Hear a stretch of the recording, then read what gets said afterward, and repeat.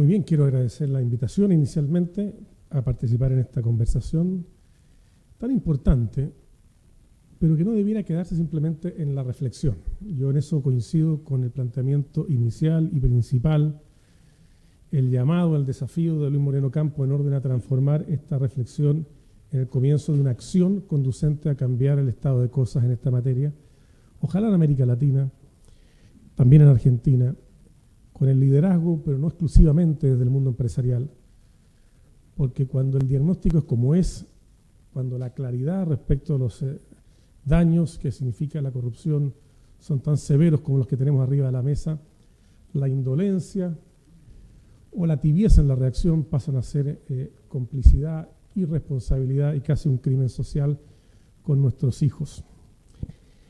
Me han pedido reflexionar inicialmente sobre el caso chileno.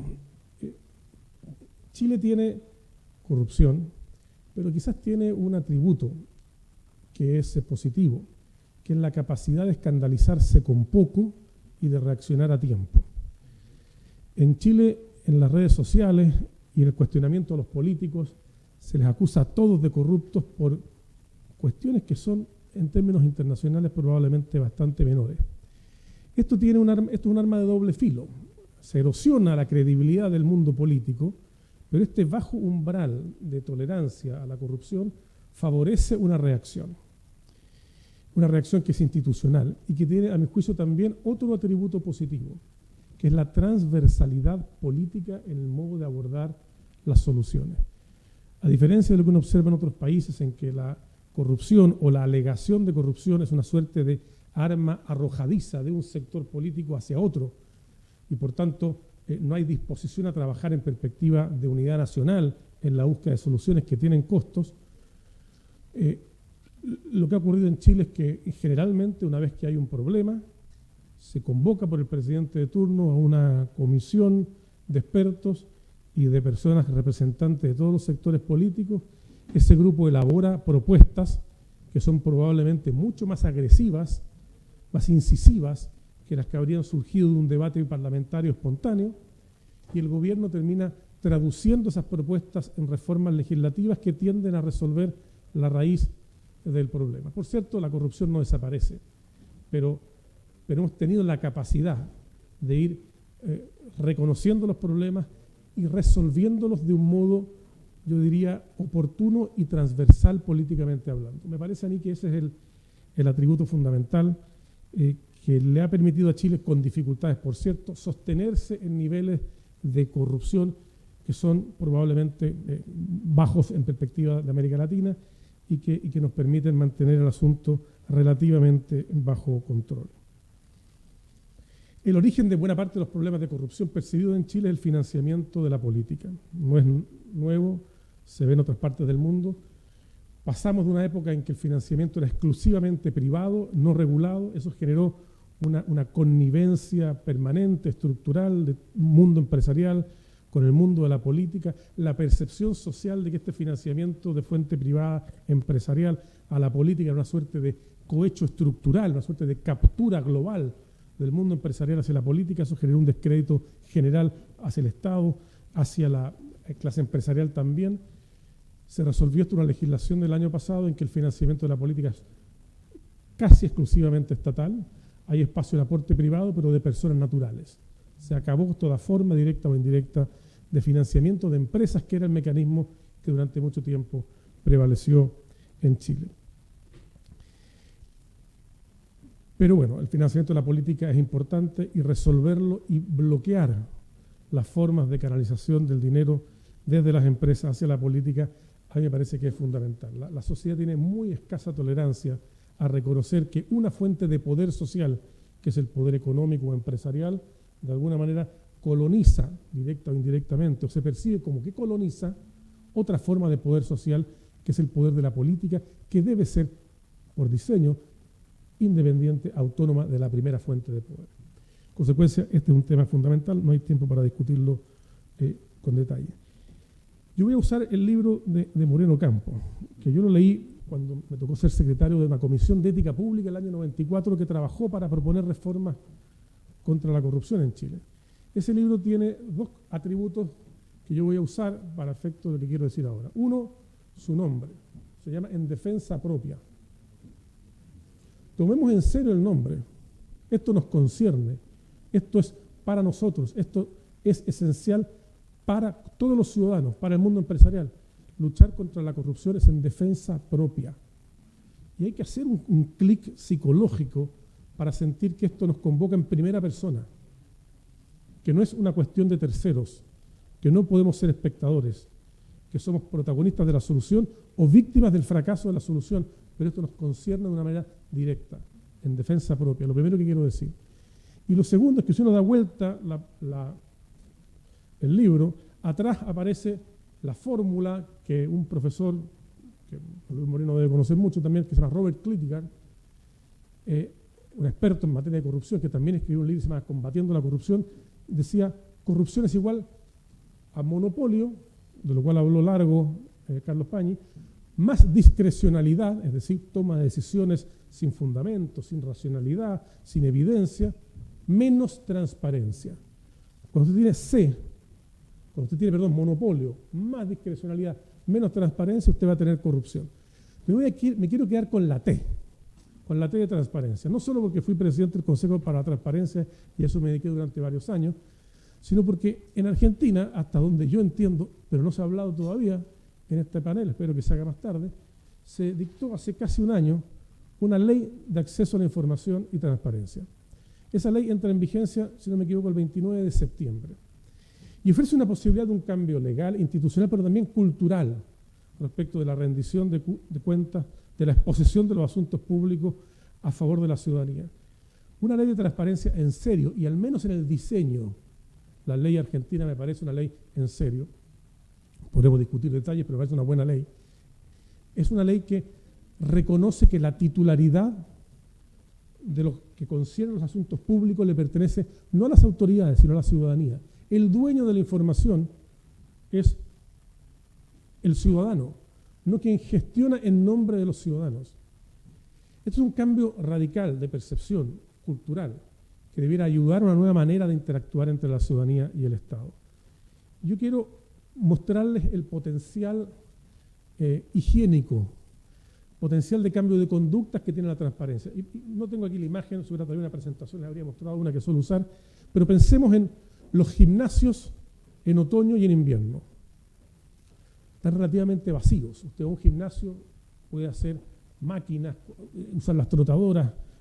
Además, alguien lo va a parar a la entrada y le va a ofrecer 2x1, descuentos.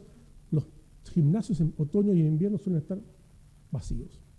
En primavera y en verano se comienzan a llenar. Cuesta entrar, cuesta ocupar una máquina. ¿Será que acaso la gente en primavera y en verano descubre súbitamente los beneficios para la salud de hacer ejercicio? ¿Cuál es la diferencia? La diferencia es que en primavera y en verano sabemos que vamos a ser observados y cambiamos nuestras conductas de manera consistente con eso. Ante la inminencia del escrutinio, los mismos que no vamos al gimnasio en otoño y en invierno, decidimos ir al gimnasio en primavera y en verano.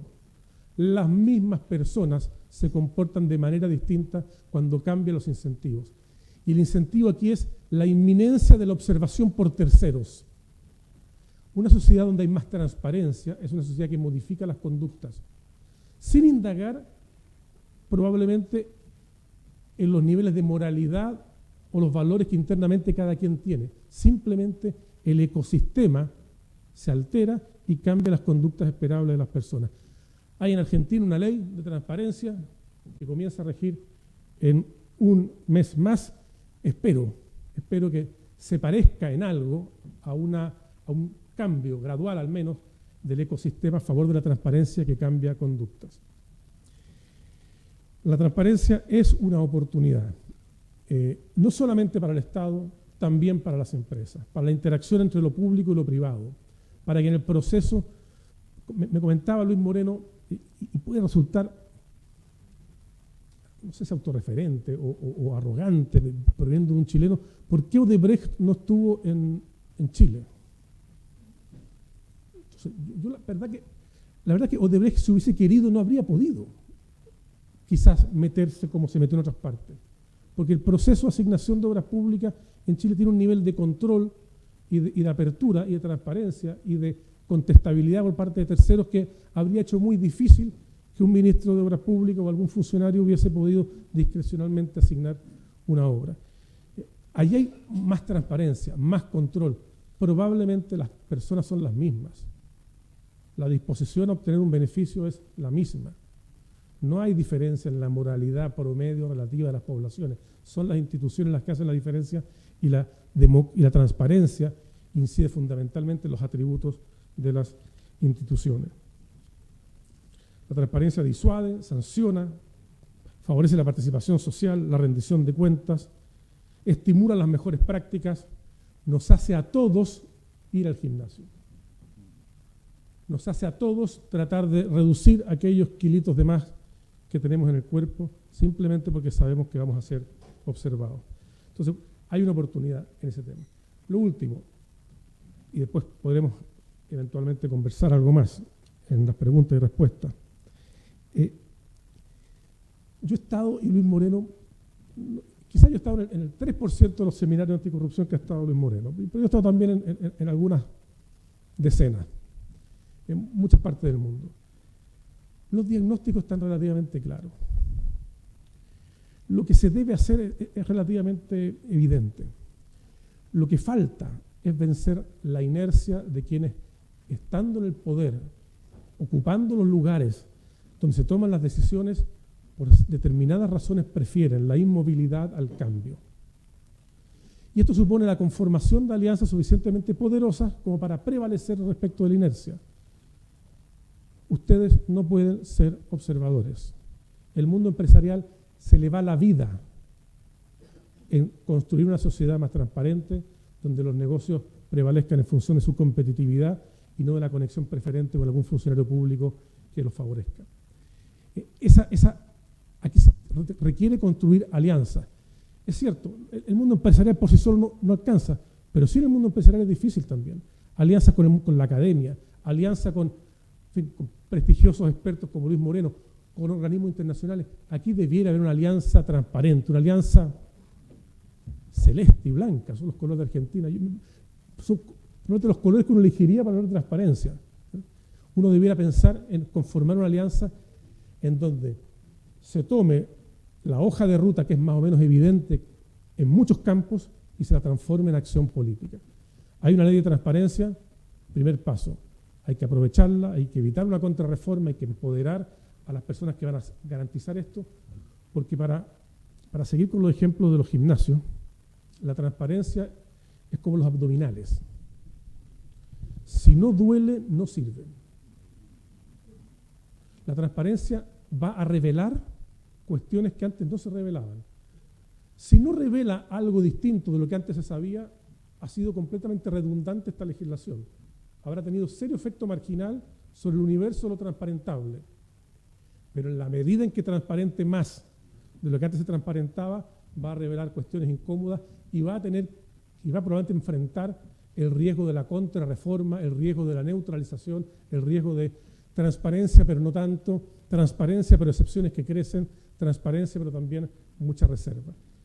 Y allí la sociedad civil y el mundo empresarial tiene que estar atentos, porque cuando duelan los abdominales, habrá que defender la transparencia y no rendirse a las fuerzas de la contrarreforma. Muchas gracias.